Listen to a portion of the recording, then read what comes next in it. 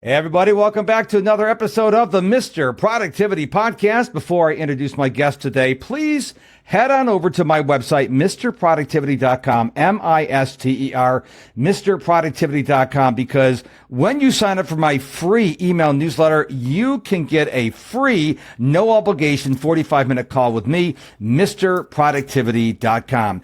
JJ I knew I was going to mess it up, JJ. I'm so sorry. Flizanes. Yes. Is that right? That's right. Okay. She's an empowerment strategist and creator of the Empowering Minds Network. She works with spiritual truth seekers to remove emotional blocks and transform struggle into joy. Through personalized exercises and roadmaps, she helps clients identify sabotaging patterns and achieve emotional healing, empowering them to live their dream lives. JJ, welcome to the show. Thanks, Mark. Looking forward to this conversation, helping people look at it from a different angle. Because as you said, I think recently in your show that you thought that productivity was all about apps and spreadsheets and things like that, and that there's a mental component to it, an emotional component, and of course there is. We're human. Yes, 100%. And I will tell the audience, if you've been listening to my show at all, I'm a little uncomfortable right now, not because of JJ, it's because my standing desk died, and so I'm actually sitting for a podcast. I hate sitting for a podcast because I'm so energetic, but we will make it work. So everybody wants to live their dream life. Everybody says they want to live their dream life. And one of the things I talk about with my new clients is clarity, because it's very difficult to live a dream life if you're not clear. So let's jump off there. What are your thoughts about saying you want to live your dream life and actually living your dream life? Because there's a gap there. Sure. Well, I think there are two parts. One, if you actually believe you can. And two, how badly do you want it? Because most people say things that they don't actually mean. or they get tested on it.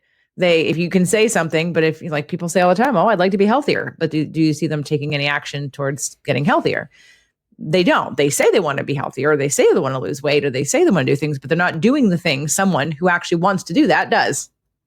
You talked a lot about sabotage and blocking our brilliance. I think the biggest problem is the person we see reflected back in the mirror. I think we get in our own way and we spend a lot of time blaming other people or making excuses. Do you agree with that, or am I off base?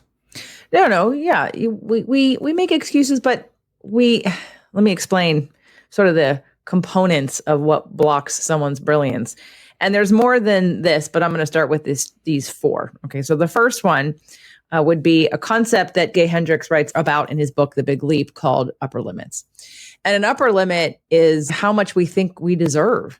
We hit an upper limit when we don't allow in more than we think we deserve. There are a lot of people who, and I know everyone is familiar with these stories, you might even know someone personally, someone who wins the lottery, and then within however much time they have spent all the money and now they're in debt because there's this guilt factor because they haven't earned it. And there's something about they weren't in a place where they believed they deserved it. And so therefore they can't hold on to it because they don't have a container to, because their perception of themselves or whatever deservability means, because the lottery can seem random. So why them and not somebody else? Why somebody? And all of a sudden you go down this, this crazy spiral of deservability. And then there's this guilt attached to it and the pressure attached to it. And then you get rid of it. And not everybody, because I actually know some people that have kept it because they kept quiet and they didn't tell anybody they won. But I know everyone has heard that story at some point in time, or even celebrities that hit a certain part in their career. They have a one-hit wonder and then they're out there spending the money as if it's always going to be that way. And then they go into debt and then they're depressed. And of course, this all makes psychological sense to me. But when you're in it, you're not really thinking about or observing the pattern of the behavior. We all have upper limits and we'll always have upper limits, because as you grow as a person and expand and evolve, if you're growing, expanding, and evolving, there are people that are not, because they refuse to learn anything new or do anything different or think in a different way or look at a different perspective. Those people will just live in the confines of whatever they think they deserve and can have and whatever they believe. We actualize what we believe, because that's really what it comes down to. Whatever you believe is what you're going to get. So the upper limit is one piece of that. And I teach people how to get to that next, like, here's how I upper limit. Here's why I upper limit. So when I know it's happening, if I want more than I've already had before, Because most of us get to a place where we go, okay, this is what I've been able to achieve, whatever it is, money, love, success, health. But I want something more than that, which is what most of us want. But in order to get that more, we have to become more. We have to change. We have to grow. It's really that simple. So understanding that this is the fate of somebody, or this is like, it's self-diagnosed, like it's self-professed. You can decide and you can change and you can grow and you can want more and you can get more, but you do have to change and grow to get that. You can't just stay the same person expecting that. What's the definition of insanity? Doing the same thing over and over again, expecting different results. Okay. So don't be insane. I will say that I once heard a story a number of years ago. It has to do with the thermostat. So we each have inside of us a thermostat. And when it gets too hot, it cools us down. We get too cold, it warms us up. So when you are getting near your upper limit, your body's going, whoa, whoa, whoa, what are you doing right now? And it wants you to go back to comfort. That's why one of my favorite quotes of all time is by Steve Harvey. He said, if you ever want to be successful, you got to get comfortable being uncomfortable. Mm-hmm. And if you look at everybody who is successful in the world across every industry, they got uncomfortable. I mean, look at The Rock. This guy is built like a rock because he doesn't hope for his muscles. He actually works on it every day. And I just want to encourage people that when you start feeling uncomfortable, that's not the time to quit. That's the time to go all in. Absolutely. And it helps, in my opinion, when you can identify what's going on rather than, because we have this thing where we believe what we feel. We think it's real. And it is real in terms of you're having an experience, but you're having an interpretation. If you can take a broader perspective and be an observer, then you can identify the pattern and go, oh, this is me upper limiting. And there are several ways people upper limit. Worry is the number one, of course. Criticism and blame, getting sick and getting hurt. These are just some of the ways people upper limit themselves. Back my mom. How about comparisonitis? Is that attributed to upper limit? Well, that would be worry. I mean, that would just be, if you're comparing yourself to someone, then you're probably telling yourself you're not as good as that person. You're not as successful. You're not as fill in the blank, whatever it is. But that leads to the second point of this sort of 4-point pillar that I'm going to mention about what blocks your brilliance, and that is your core wounds. So I'm big on, and I specialize in helping people heal core wounds and rewiring their core wound patterns. What that means is we all have them from the time you're born, sometimes even before that, and like 0, coming in until you're 7. Your brain is not conscious. A child's brain does not become conscious until about 7 or 8. So thinking about thoughts is not what happens. Well, we're just recording things. We're looking around, we're observing and recording. The brain is taking information all based on survival. So if your parents, you're crying in the next room and they didn't hear you and you're sitting there for, 10 minutes, whatever, your brain might be recording that you're not safe, that you've been abandoned, that you're not important. And this isn't a choice. You can't rationalize with a 5-year-old about what their brain is recording. It's just recording. So these beliefs become our wounds. They become how we believe we are in the world, who we are. And I, as a business owner and coach also, I have to say that your core wounds will affect your success, but absolutely it'll affect your upper limits and what you think you deserve. And it'll affect your health, your relationships, how you deal with money, because it all comes down to, I don't even know how many there are. I have a list of maybe 20 or less different core wounds. But if you believe that you'll always be abandoned, then you're probably gonna have PTSD every time someone doesn't return your call or every time a client leaves. Like these are real issues that will literally show up in your business as mirrors and reflections about what's going on inside of you. And most people go to therapy. I'm not a fan generally. This is not to say there aren't amazing therapists in the world. There are. I've had one, but I've also had a lot of bad ones because they're not necessarily getting to the point of what are the things I'm trying to heal. If all we do is talk about what happened yesterday between you and your spouse or you and your boss, we're not getting to the root of the belief that you have that caused the problem of the interpretation in the first place. So to me, I want to get to the root of it. I want to get to the understanding of why do I react this way? Why do I feel this way? Why do I interpret this way? Why do I look at the world this way? And you can do it very quickly and simply. When I first learned about this exercise, I looked at the therapist that I was working with. I said, why isn't every single person in therapy doing this? It would streamline months. Like it would get to the point fast. We'd actually know what we're working on. How many men hate therapy because they don't know why they're there?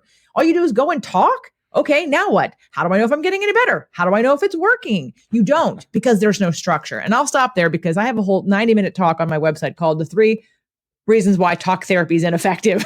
And again, no disrespect to those of you that are using other tools and doing them well. Traditional talk therapy to me is kind of a waste of time. But anyway, that's how I feel about it. When you're talking there, this is the way I work. This is my show, unapologetically. I live in Houston, Texas. I know you live in California. And we have fire ants here in Houston. If you don't kill the queen, you don't kill the mound. So there's a lot of products out in the market, for example. They just, put it on top of the ground and it just kills the surface ants. And what you're talking about, core wounds, is you got to kill the queen. You got to get to the root because the queen is the root. If you want to kill weeds, you can't put something on the surface. You got to kill the roots. Otherwise, you're going to spring back up again. So that's my not as smart as JJ analogy and putting it to more real life to people who are maybe down in the South, because everyone down here knows. I don't know if you have fire ants in California, but fire ants are pretty nasty here in Texas. That's a very good question, whether we have them or not. If we do, it's not to the degree that you have them, because I would know that, right? But I do love that analogy because I also use the weed. If anybody gardens, you understand that if you clip off the head of the weed, it will grow back because you didn't pull it out from the root. So it's the same thing. Yeah. 100%. Okay. So we got upper limits, number one, on blocking your brilliance. And number two is core wounds. So what is number three? So Dr. Jill Bolte Taylor wrote 2 books. The first one was I can't remember the name of it right now, but the second one is the whole brain living. She had a stroke, and she was a brain anatomist, and so she studied the brain because her brother was diagnosed with schizophrenia, and she wanted to understand how the brain worked, the anatomy of the brain, all the things. And so as she started to have this stroke, My Stroke of Insight, that's the name of the first book. My Stroke of Insight. As she's having her stroke, she was like, oh my God, okay, great. Yay, I get to study from strokes from the inside. Within 8 years of recovering from that stroke, she learned that the brain has different characters, different parts. Is she the lady that did that really big TED Talk? She did, yes. Oh, okay. I knew what that is. Yeah. Okay. So her second book, Whole Brain Living, covers the characters of the brain and how we can work with the characters of the brain. So most people don't understand that. They think they have a right brain and a left brain, which we do. But actually, anatomically, there are 2 parts to the right and 2 parts to the left. We have our thinking brain and our feeling brain. So she created characters. And again, Whole Brain Living, I interviewed her twice. I did a whole workshop based on this work, Awaken Your Dream Life. But you can, read Jill's book and learn more. But basically, each character represents either the thinking brain or the feeling brain, and then how the left and right differ with how we look at the world. So for instance, I in one of my programs, one of my clients really had the goal of wanting to get rid of what we call her character 2. And I kept saying, you're never going to get rid of your character 2. Like that little voice in your head that tries to keep you safe. The voice that upper limits you. It's that voice. It possibly is the voice of your parents that created the core wounds. But understanding their role, that the role is to protect you, that the role is so that you don't die, you can decrease the amount of time you pay attention to or consider what character 2 is saying. We get into these spirals and we think it's just us because we don't understand how different parts of our brain act differently for our growth, for our survival, for our thriving. And so we get too much power to the worry because if we believe what we think, oh, I'm worried. That must mean there's something bad happening.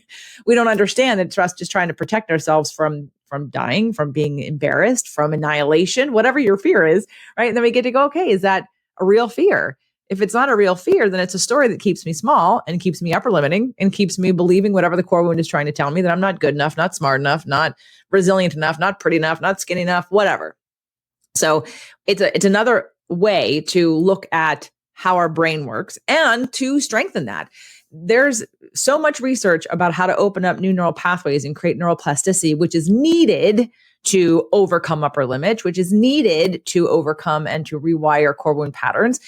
But if we think it's an all or nothing, it's never going to be an all or nothing. So being able to identify the different characters, if you will, of who you are, and then look at balancing them out differently. Like your right brain character 3 is about emotion and experience, emotion and fun. Like your character 3 is like the fun kid who wants to just do nothing but play in the sand all day. We all need that. And that's a part that a lot of people need more than others because maybe some people live in that. In fact, I have a client who was in my mastermind last year. She's a good friend and she's in my newest program. And she's someone who lives in her character 3 and her character 4, which makes her not very in her own business. She doesn't do anything. She's not even interested. Because she relates to her character one is like, I'm not that person. Oh, I'm the person who's fun and I'm emotional and I work with people and I'm a healer and I do all these things. And then character one makes me feel like constraint and not free and not, but she recognized in order for her to do her business, she's got to pull up her big girl pants and make that character one, like be disciplined, get accountability. Now, I'm guessing on your show, there's probably people here who are very accountable. They may be too much in their right brain. And then they wonder why they're sick or tired or burnt out because they're not in their right brain enough. Their creativity's been cut off. I was just going to ask you, because this lady is in 3 and 4, but it could be just as detrimental if you're 1 and 2 all the time, because you mentioned the word balance. I think we need to have balance. Right. And that is part of looking at what's blocking your brilliance. If you're someone who tries to use your head all the time and you're not connected to your emotions, you're never going to come up with that brilliant idea because your creativity does not live in your brain. It lives in your subconscious, which is in your body. So to tap into it, you got to tap into 3 and 4. Okay. Yeah. So, and then number 4, and again, I probably could come up with a couple more, but number 4, because I did a presentation on this too, is looking at nutrition. Looking at how we support our body, like our fuel, right? And it could just be self-care. But I'm going to leave self-care in the brain balance, because if you're in character 4, you're meditating. If you're in character 3, you're playing. So that is part of self-care and balance. But then we have to look at how we fuel our bodies. And if we have, because things like inflammation, which most people have, gut dysbiosis, which everybody has. I mean, I'm hard pressed to find 2 or 3 people that literally have perfect digestion and gut flora. Most of us think bloating and gas are normal. They're normal, but they're not healthy, and they're indicators of your gut being off. So because the gut fuels the brain and the neurotransmitters and your hormones and everything else, it creates energy. If your gut's off, if you have inflammation and dysbiosis in your gut, your body isn't optimal. So what's blocking your brilliance is your physical vessel isn't being able to keep up with potentially what you're here to do in the world. As you're thinking about their nutrition and taking care of our bodies, one of the things I do, I'm 59 years young, and what I like to do is ground every day. I think this is something that people don't understand the power of it, because it does help with the inflammation. I'm a daily runner. And so what I do before I go for my run, I will go out and ground for 5 to 10 minutes. And then usually after lunch, I go outside. Again, it's a lot of sun here in Texas most time. And I will just be out there in my shorts, bare feet on the ground, soaking up the vitamin D from the sun. And it makes me feel great. But people who tell me, well, I don't have time. You don't have time to go outside for 10 minutes to put your bare feet in the ground, to go get some sun, to drink more water? I mean, these are simple things. And so one of the things I really cringe is when people make excuses. I can't do that. I can't do this. We're not talking about hiring, for example, Tony Robbins for an hour coaching. It costs $1 million. You can go outside in your backyard and go barefoot. The coldest I ever grounded, by the way, outside was 27 degrees. We do get some cold weather sometimes here in Houston. No excuses. I put blankets over my feet so my bare feet are touching the ground. I can tell you, some people think it's a myth. I can tell you grounding works. I mean, I don't, like, my legs don't turn colors unless it's really cold outside, but I can feel the inflammation leaving my body. It's been proven by science. But when we live in a society where people immediately want to go to pharma. Well, why don't you go get some sun? Why don't you go get some fresh air? Why don't you go take a walk outside?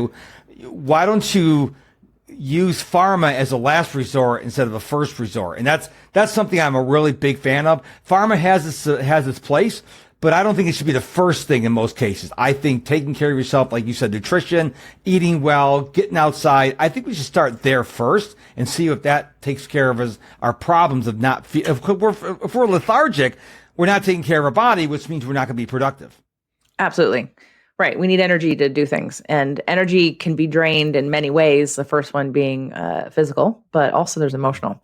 If people are emotionally drained, if they're depressed, if they're anxious, if they're constantly worried, if they don't have hope, if they are a victim, those are all very draining energies that are not going to help you. And then if you try to do something on top of that, you're not going to have a very good result, because it's fueled by, there's only really 2 energies that fuel what we do. It's fear and love. It's that simple. So you're either acting out of fear and anxiety. And sometimes, unfortunately, in business with business owners, you think that you're being fueled by something passionate, but you're not. You're fueled by anxiety and survival.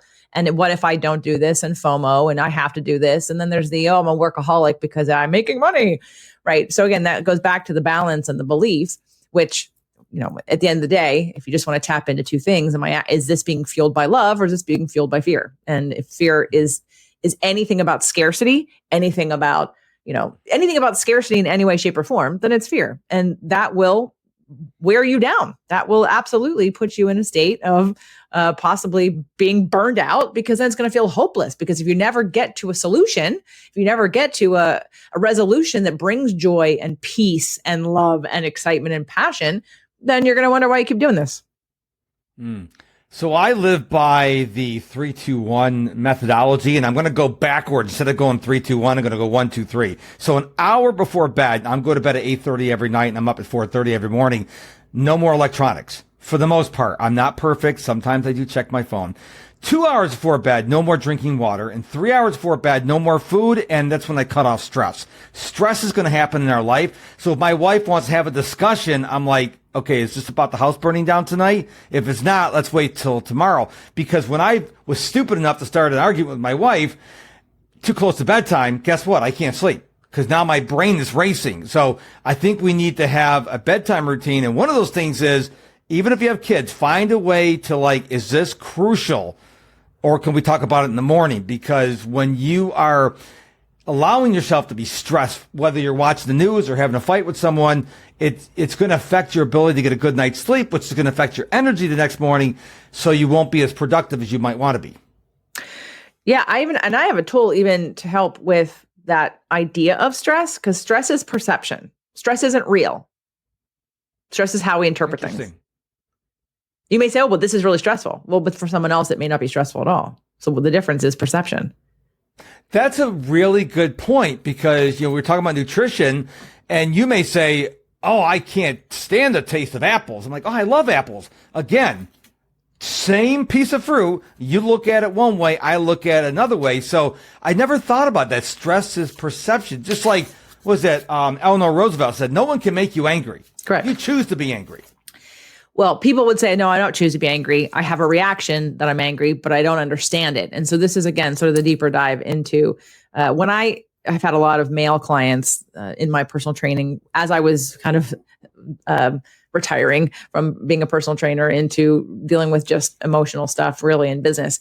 And anytime I'd mention emotions, it's like men get allergic. Oh, emotions, no, it's too indulgent. That's like a woman. That's, emotions, poo-poo. But the minute I say stress, oh yeah, I'm stressed. I understand stress. And all of a sudden it's a badge of honor, as if stress is a good thing. Because the more stressed I am, aka the more important I am, or the more successful I am, or the busier I am. And it's, but it's the same thing. What do you think emotions are? Or what do you think stress is? They're emotions. You're having a negative emotion and you're labeling it as stress. But stress literally is a perception.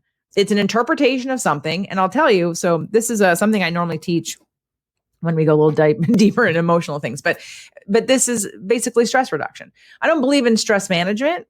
Why do I want to rearrange the deck chairs on the Titanic? It's still sinking. It doesn't make any sense to me. I like stress reduction, which means I change something.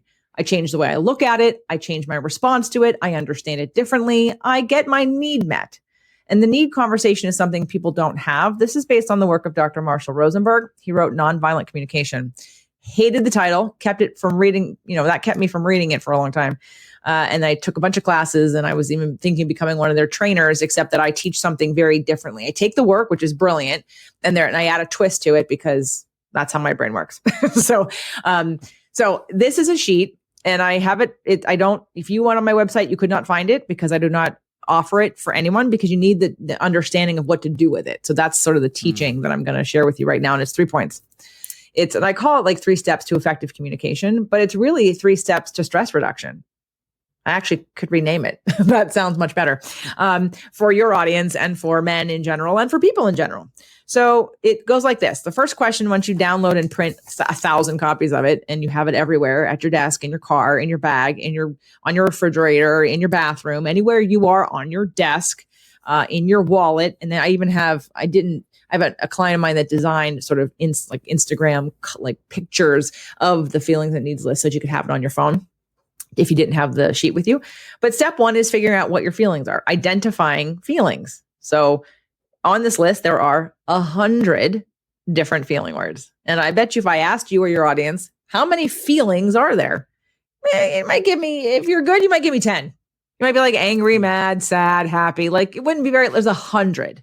Okay. Wow. And the reason why there's 100 is because the frequency of each is different. The intensity level. So if I said, what is the difference between irritated and rage? It's the intensity level, right? It's the degree of 100%. Anger. If someone's irritated, you're not hiding under your desk. If someone is rage, you might be hiding under your desk because there's a consequence to someone who is around someone feeling rage. So being able to accurately identify the feeling that you're having anytime you have a negative feeling. I will say that you're not going to do this list when you have a positive feeling because you're feeling good. So you don't need to problem solve anything. It's only when you have a negative feeling, because a negative feeling is and means, and this is in your business too. So listen up. This is not personal. This is your entire life, every aspect of your life. When you have a negative emotion, it means that there is a need that is not being met, or the perception. So for anyone listening on the podcast and not on video, I'm doing air quotes, the perception of a need not being met. Because again, your interpretation might be that you're not getting something you want, but someone is giving it to you. You're just not receiving it for whatever reason.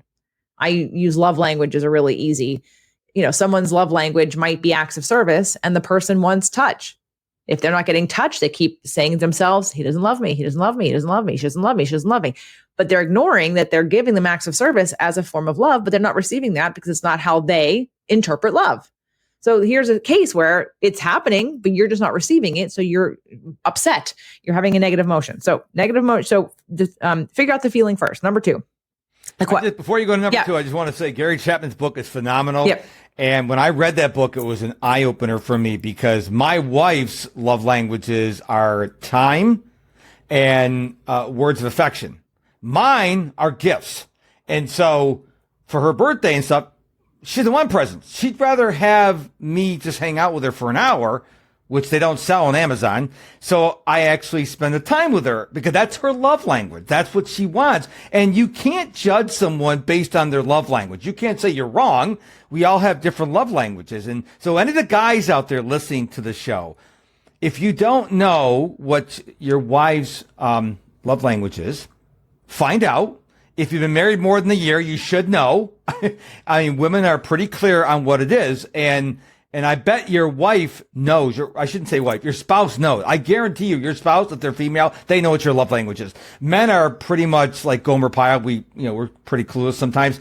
I'm saying it for myself too. So if you don't know your spouse's love language, figure it out because it's going to make your life a lot easier and you probably have a lot less stress in your life. I'm going to rope it into your customers have love languages. Your clients have love languages. Your children have love languages. Your family members, your parents, your neighbors all have love languages. And in a customer service situation, you better know your client's love language. Because if you're giving them what you want and they're not feeling like you're paying attention to them, it's because you don't know their love language. Mm-hmm. So good point. Excellent point. Well, again, all this emotional work applies to every aspect of your life. The problem is nobody teaches you that. You could improve your customer service a millionfold by actually understanding. And it's not hard. You just have to notice, maybe you ask a question or two, but you just notice how they do it. We give others what our love language is. So if someone's bringing you, baking for you, giving you gifts, inviting you places, you'll be able to says, I have a client who just went on a transformational experience with me. That's how I'm going to say that. And she told me, and I knew this ahead. She's been with me now a little over a year. And her love language is words. And before this transformational experience, I didn't hear her use words very much. And all of a sudden this transformational experience happens and she's complimenting everybody. Oh my God, your skin looks great. Oh my God, this is amazing. This is the best thing. And I was like, whoa, okay. I said, I just want you to know that before this, yes, your love language is words, but we never heard them. So they might've been, and she's like, well, I was thinking them, but I never would say them. And so now she says them and she says them often. So, but most of the time you can kind of guess what someone's is by what they do, how they show love for you or how they attend to you, or if they're complimentary. If someone doesn't use words are my third. my partner's words are number one, and that's so easy. He compliments everybody all the time. Like he compliments himself. Anyway, love language is again, as a business, please know your top clients and your top customers love language, because if you think that handling a customer service issue is to buy them something when their love language isn't gifts, I made that mistake with colleagues of mine, people that worked with me. I never acknowledged them because I felt like, well, I'm not going to say anything because if I can't make good on what I said, then why would I address it? But they just wanted to be acknowledged. I could have paid them in words and I didn't know that. And I lost relationships because I didn't know that. So back to the feelings and needs here, the 3-step process of stress reduction and effective communication. So we started with the feelings. What am I feeling? So that's a personal question. What am I feeling right now? And I'd even go as far as to say, where do I feel it? Like, so that way, you know, the indicators. Is your stomach in knots? Are you starting to get hot and sweat? Is your neck cramping up?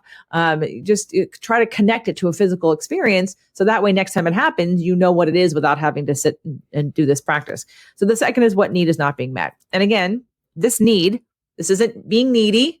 This isn't being dependent. This isn't being weak. There are 86 basic human needs on this list. Every single person needs support. Every single person needs fun. Every single person needs honesty and integrity and companionship and compassion. So this part of the list is the need. So that's step 2, is to figure out. So you ask yourself when you figure out your feeling. So I'm exhausted. So I'll give you a really good business example. I had a mastermind group that I started years ago that was free at the time because I was working on wanting to put all the business, the personal, the health together. And I invited the people that were in the group. We were doing it for about, let's say, a year. And we would meet in person. And then finally, I wanted to take it to the next level. I wanted to do some whiteboarding. I wanted to strategize. I wanted to create maps and strategic plans for the business parts of our conversations. So I said, let's do this whiteboarding, half-day whiteboarding session. And there's a couple in the group. And the husband was like, okay, great. Remember, it's free. And the wife was like, I don't know if that's the best use of our time. And I'm thinking, are you freaking kidding me right now? It's free. You try it, you don't like it, you don't do it again. Why would you not want to spend time working on your business with people that could help you or could at least give you some feedback, whether we're your customers or not? Anyway, to me, it was ridiculous. And I came home from that meeting and there was an email that basically said, I don't think this is a good use of our time. So I was not in a good space with that. And I was looking at this list because I really didn't know how to process what just happened. I'm like, okay, what am I feeling? I really didn't know what I was feeling. I'm like, okay, what am I feeling? Well, I'm kind of feeling, I'm irritated. I'm a little frustrated. I'm sad. I'm confused. That's for sure. So then I get to, well, what's my need? I have no clue what my need is. And I would say this to everyone who's going to do this exercise, please try it a couple times and use the list, because I guarantee that you are not familiar with your own needs. Guaranteed. I've been working with people long enough to know you don't know what you need. You expect everyone else to know what you need, but you can't identify it. So I'm looking at this list and I'm reading and I go down. I start at the beginning at meaning. Acknowledgement. I'm like, no, I don't care if they acknowledge me. Awareness. No. Beauty. Celebration. Clarity. Well, I could use some clarity on why I'm confused. Closure. Competence. Contribution. Contribution. I didn't even know I had that need to contribute. So all of a sudden I'm like, okay, I have a need to contribute. That resonates. Yes, that is what my need is. Okay. Step 3 is to create strategies. Strategies, more than 1, 2, 3, 4, whatever. Strategies to get the need met.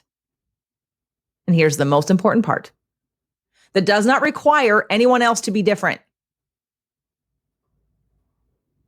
So you may be thinking, well, if you need contribution and these people don't want to do it, what are JJ's strategies to get her need met? I'm like, well, first of all, I have an old financial wealth teacher of mine who used to say, don't sell a lawnmower to someone without a lawn. So in this case, I'm looking at this couple going, well, I don't need to sell it to you. You don't want it.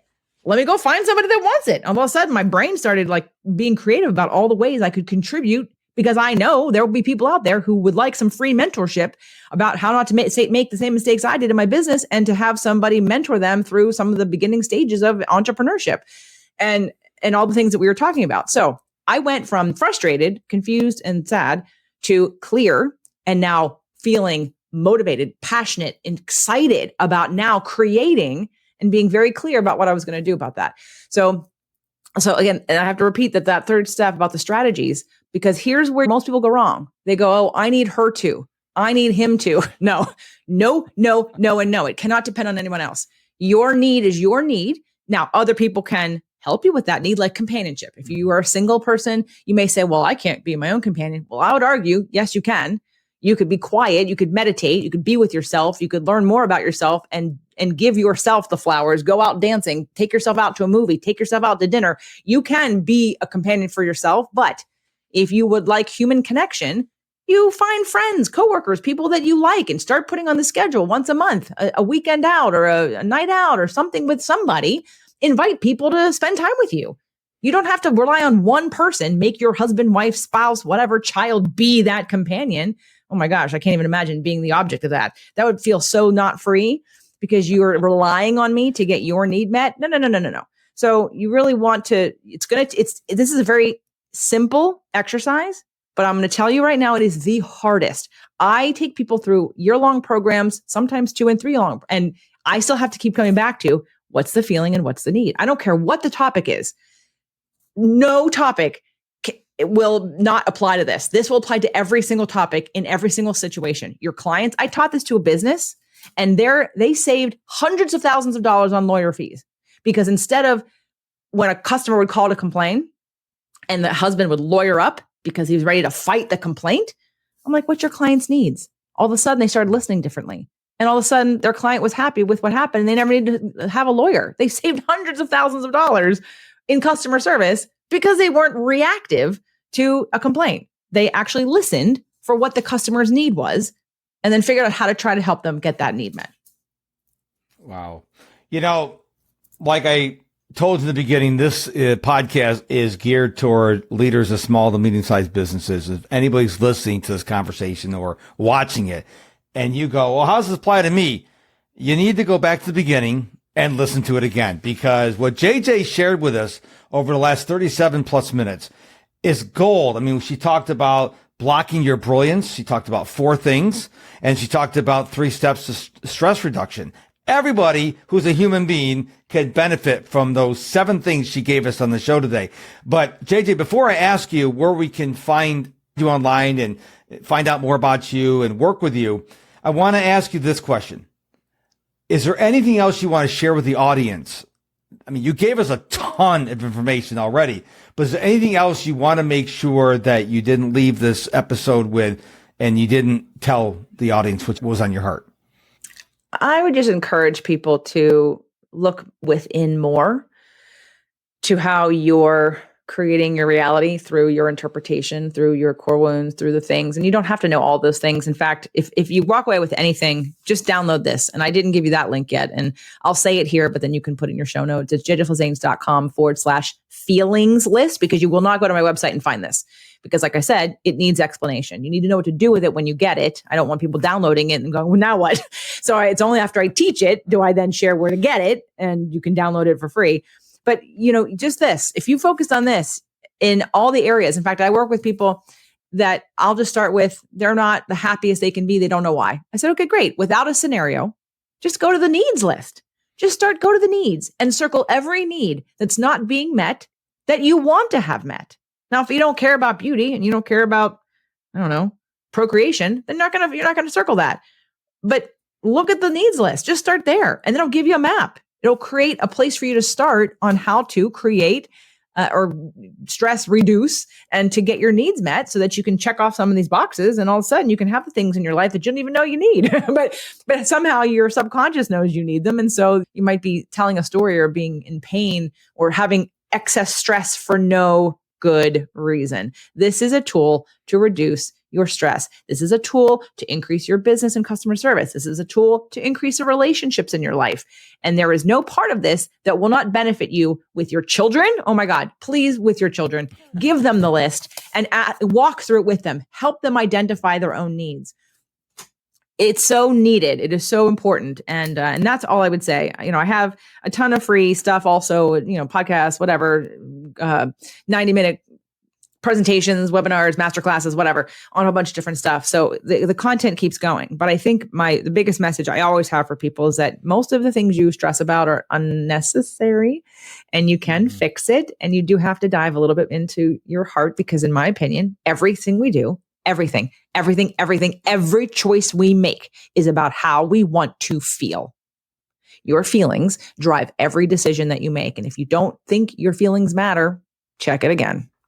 Yeah, I agree with you. And funny story here about love languages is my, like, share with you in the audience, my love language is gifts. But here's the thing. I'm an only child. My parents are both deceased. But when I was growing up, they made my birthday so special. And my wife took a couple of years to understand this. It's not just the presents. I want them bought ahead of time. On Christmas, I'm one of these people. I love Christmas. Another great holiday when I was growing up. I don't want Christmas presents being delivered by Amazon on Christmas Eve day and thrown in the tree. I want them there for 2 or 3 weeks. And my wife understands this now. It's not just a gift. It's like, because the less time there is between when you bought it and when I open it, it shows me you don't care. Now, again, this is how I feel. So you can't say that's wrong. And my wife knows. So she says, you want me to buy them in July? I said, well, no, you could wait till October, but don't wait until Christmas Eve day, because then I get stressed, because that's my love language. Now, I am horrible with her love language. I don't spend enough time with her. I don't give her enough words of affection. Matter of fact, I'm a big journaler. And one of the questions I answer every day is, what's one thing I'm avoiding? And 99 times out of 100, it's like, I don't love Michelle, my wife. I don't love Michelle the way Jesus teaches me to love her. And for me to write that down, it becomes real to me. Now it's not like, yeah, maybe I'm doing good. No, I know I'm not. I know I'm doing a horrible job. And I know a lot of men who feel the same way, but they don't speak about it. Well, that's never going to solve the problem. Whether to get your feelings list or, reach out to you or whatever. You can't just say, oh, I'm not doing a good job as a husband, as an employee, as a friend. That's not going to solve the problem. So I'm sure your website, you can give them the website one more time. So I want them to go out and get this list. Well, the list is on a special secret page that is not on the website. Yeah, the website's jjflizanes.com. And there's plenty there. That's free. More stuff. Okay. But the list is at jjflizanes.com/feelings list. So feelings with an S, because there are many feelings list. And I am not going to put that in the show notes, because like JJ said, you had to hear why that feelings list is so important. So you get it because you're listening, you're watching this podcast, and you get it why that feelings list is so important, but I'm not going to put it in the show notes. I'm sure you'd appreciate that. Absolutely. It's useless without an explanation. Right. Exactly. Well, I want to thank you for being on the show. Before I let you go, ladies and gentlemen, boys and girls from all ages around the world, don't forget to head on over to my website, MrProductivity.com, MISTER, MrProductivity.com. Sign up for my email list and get a free 45-minute, no obligation call with me, Mr. Productivity. We'll be back real soon with a brand new episode. Until then, stay productive and stay positive.